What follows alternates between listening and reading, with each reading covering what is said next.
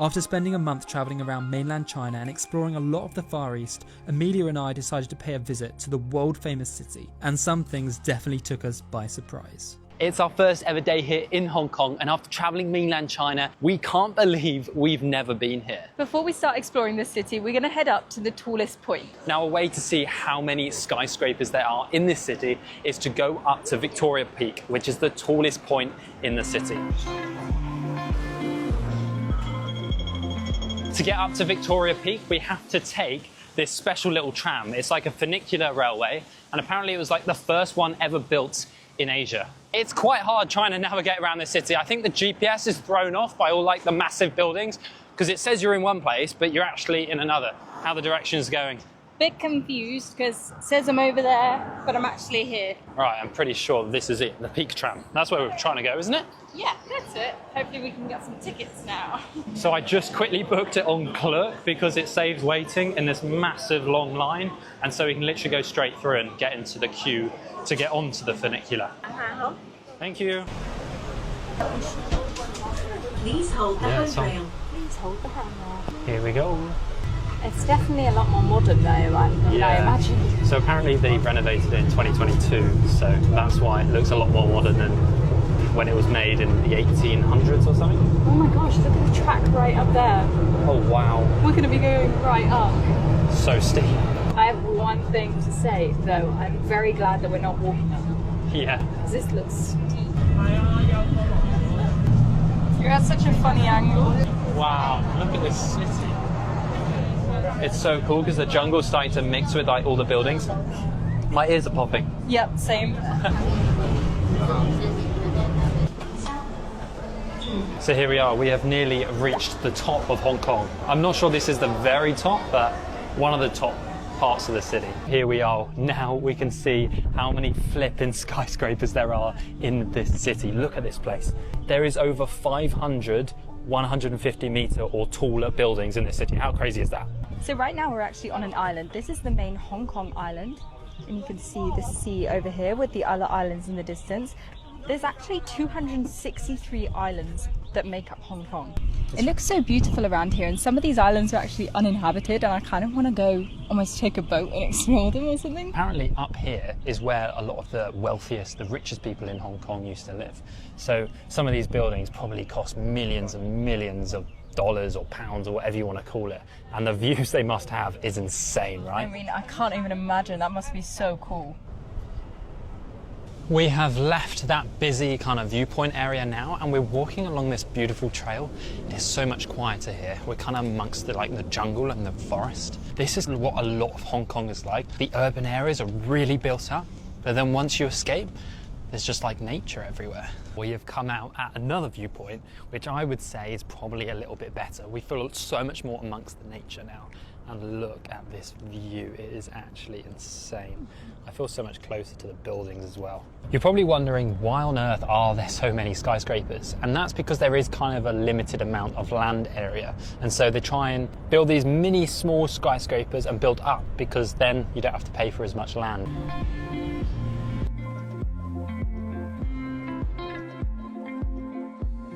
So we are back down from the funicular now, and we're in the heart of the city. This is central.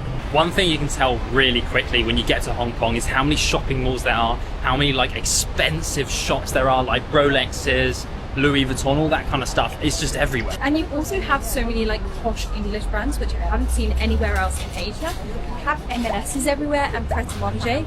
If you're not from London, just know that those are kind of posh food places in London. There it is, Marks and Spencer's. These Pink Lady apples are $55, which is about £5.50. £5.50. They've literally taken the UK's most expensive supermarket and doubled, tripled the price on some things. If you are an expat here, they literally have everything you want, even like fish and chips, roast potatoes. They got it. So around here, we think there's like the longest outdoor escalator or something in the world. So we're going to try and find it, because I feel like that'd be a pretty cool thing to tick off the bucket list. Didn't really know it was on the bucket list, but anyway. I guess this is the escalator. What do we do now? Just Where does it take us? let's just see. Okay. Just wait on here for a few minutes. More of a conveyor belt than an escalator. I'm having fun. This thing just doesn't stop, does it? It doesn't. We're gonna be lost by the end of it. How many steps are we going to have to take back down? I know, we didn't think about that, did we? So this escalator has now turned into more stairs, but it just keeps on going on. We must have been on like, I don't know, 5 or 6 different escalators, but they all kind of conjoin. There's just a few steps between them, like here. We've given up on getting to the top of the escalators because they just kept going, and we don't really want to go in that direction. So now we have to walk down all these stairs because there's not an escalators down. There's only escalators up, unfortunately. For lunch, we want to try and have some local Hong Kong food. And we know that we love dumplings, and apparently like dim sum and dumplings are really popular here in Hong Kong. I think I've just seen a dim sum place because it's called dim sum, so I'm guessing that's dim sum. One dim sum. Hopefully this is a good place. Okay, thank you. Thank you. Wow. We just got some takeout dim sum because it was really busy in the restaurant. So let's open up this thing and have a little look at what's in here. Oh, it's a good bag. We're also just come into this incredible looking park. It almost looks like we're in like a European square somewhere. Dim sum is very popular here in Hong Kong, but it doesn't actually originate from here. It originates from like the Guangdong region. We've got some like rolled rice. I'm not even sure what it is. It kind of looks a little bit interesting. Oh, that's pretty good. Yeah? Doesn't have like super amounts of flavour, or maybe we need to add some sauce because they've given us some sauce in this double taker. Chili oil and Worcestershire sauce. Worcestershire, isn't that like... That's like British, isn't it? Yeah, I thought it was. Worcestershire's in the UK. Actually, we do have some soy. I probably should have put that on my dumplings. Oh, these are tough. Yeah, scoffing that down, it's good. And it's so good.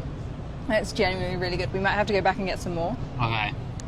For 2 dumplings, it was like 20 Hong Kong dollars, which is like £2.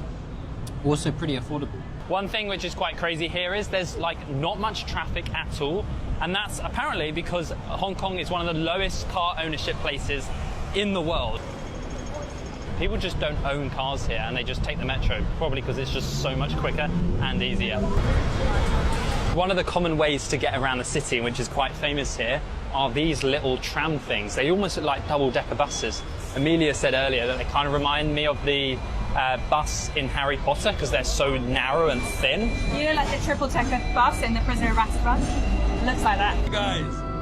Guys, why the long faces? But we actually have no idea which bus to get on. We're a little bit confused. Yeah, let's just get on. Okay. Here we go then. We don't actually know where we're going because we just got on a random tram, but it's cool. It's almost like a sightseeing thing because the windows are all open. It's quite nice and breezy. Although it's so windy today suddenly. I didn't realise how wobbly it would be up here. I guess these were made a long time ago. I know, it's like shaking violently. I can barely get a still photo. All right, let's get off this tram. Thank you. Even though we were on that tram for like 20 minutes, it is still so busy around here. And again, like there's posh shopping malls, they've just passed an Apple store. This city must have so much money. Here we go. It's like another Times Square, like back in Central, but we are now towards Causeway Bay.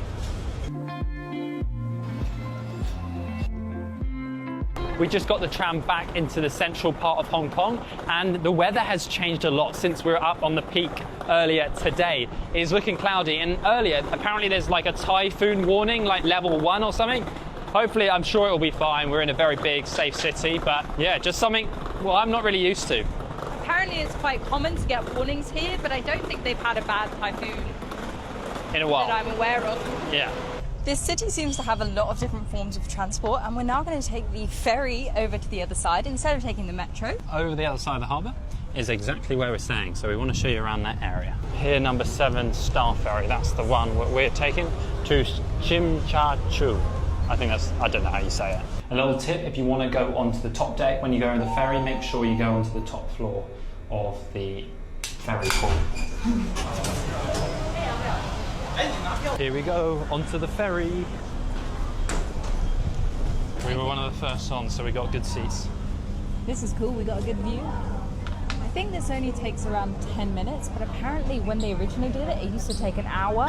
I guess because they didn't have an engine on the boat, or I'm not sure. But maybe they just had to row.